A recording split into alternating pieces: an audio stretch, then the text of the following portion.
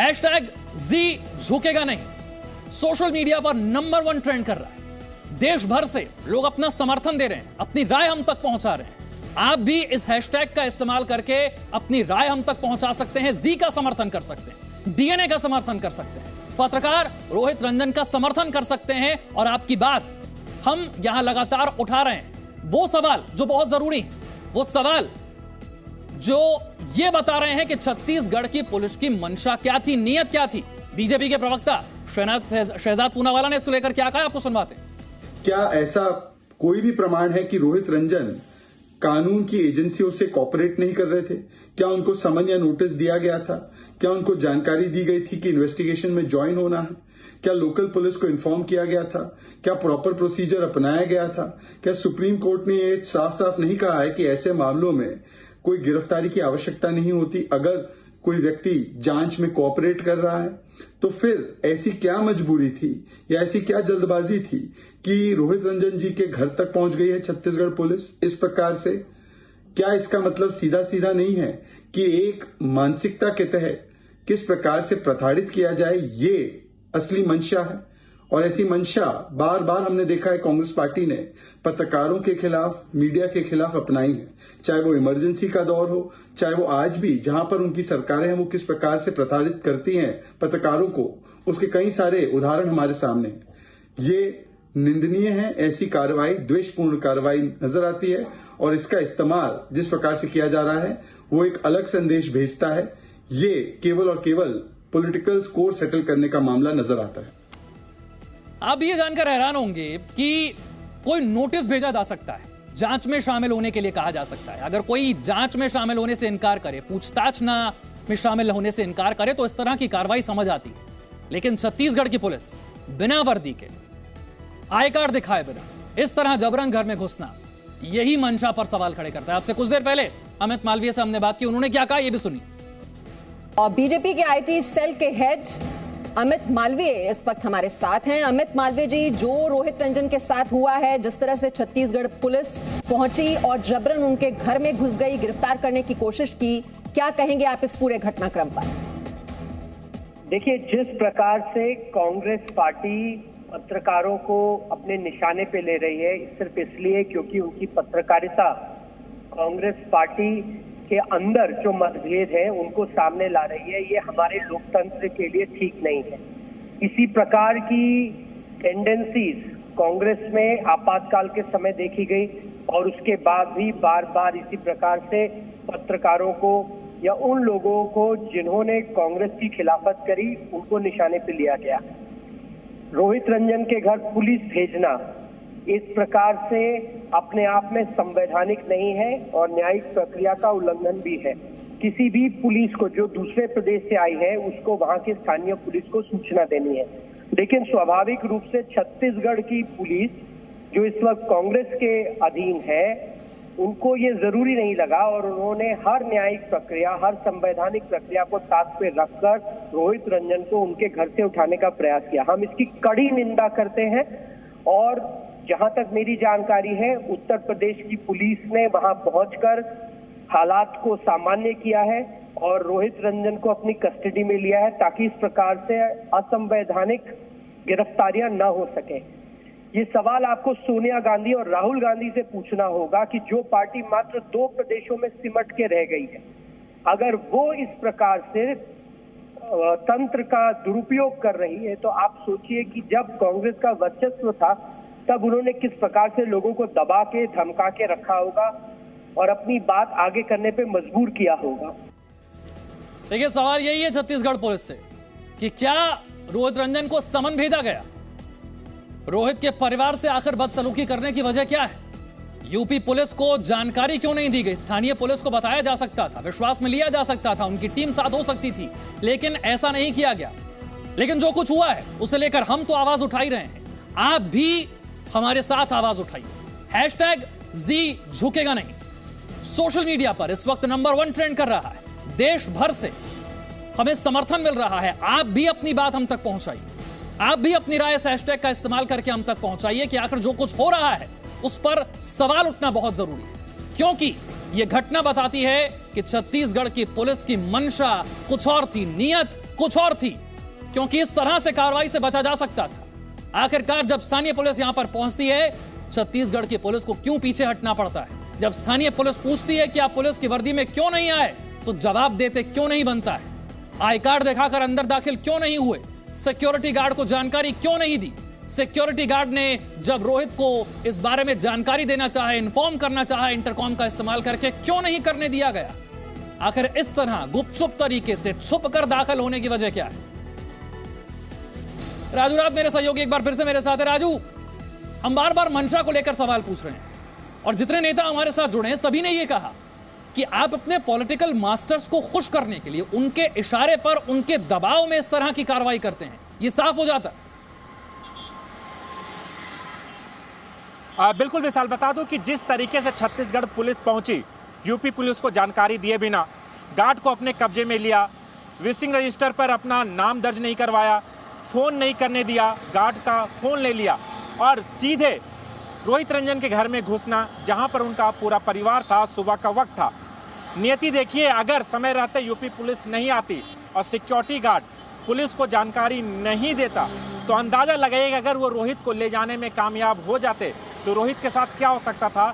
शायद ये सोच के भी डर लगता है। रोहित की जो बात को लेकर ये थे, उसके लिए माफ़ी भी मांगी जा चुकी है।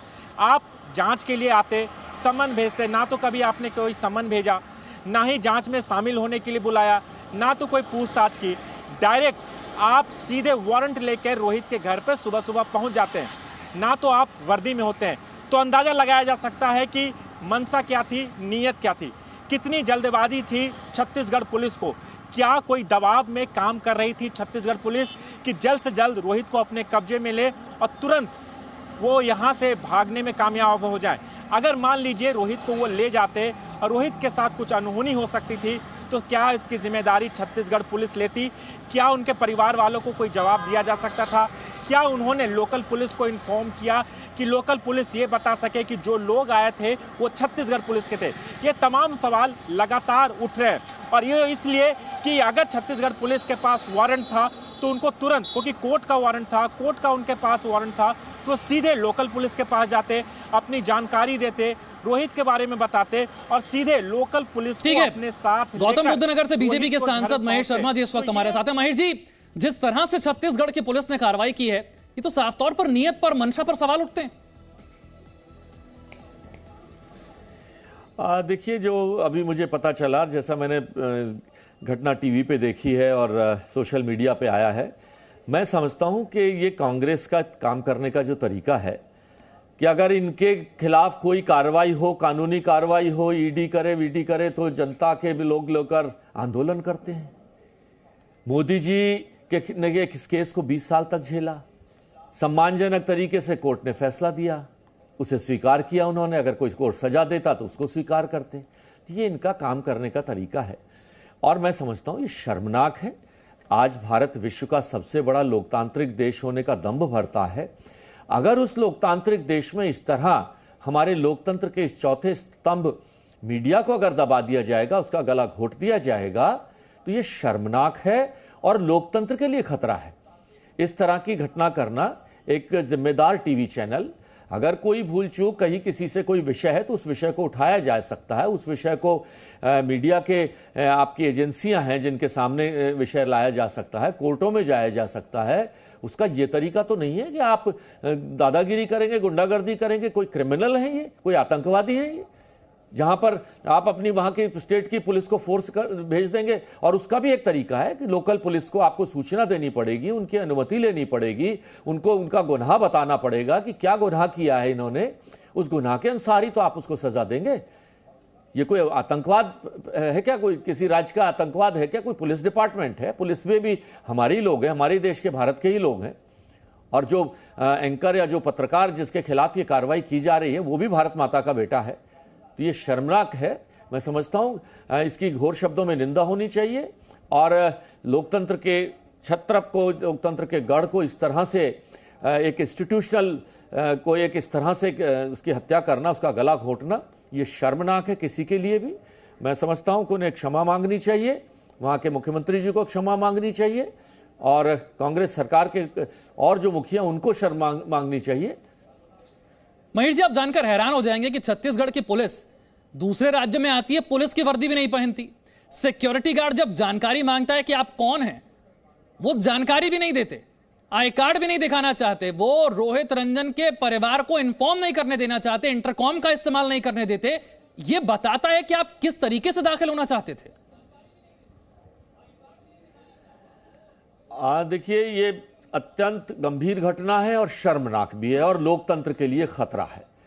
ऐसे लोगों के साथ मैं समझता हूं जिस तरह का व्यवहार इस सरकार ने किया है, सरकार के लोगों ने किया है, और ये कोई हम ये मान लें कि 10 पुलिस वाले आए होंगे सादी वर्दी में, इनके आकाओं से पूछना चाहिए कि क्या इस तरह का व्यवहार अगर आपके साथ किया जाए तो आपको कैसा लगेगा।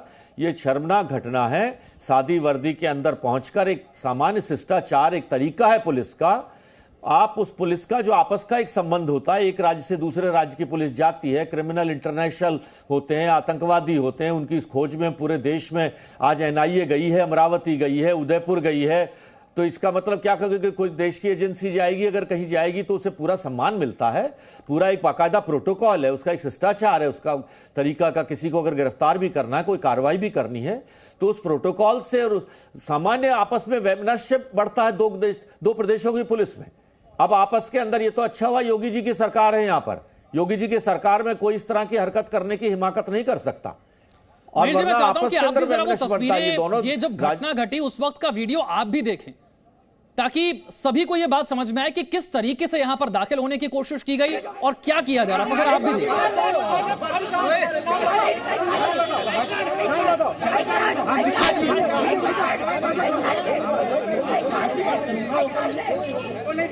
क्यों नहीं दिखाएगा? तो कौन है? हम दिखा दिए, दिखाना पड़ेगा, आई कार्ड दिखाना पड़ेगा, आई कार्ड दिखाएगा हमारे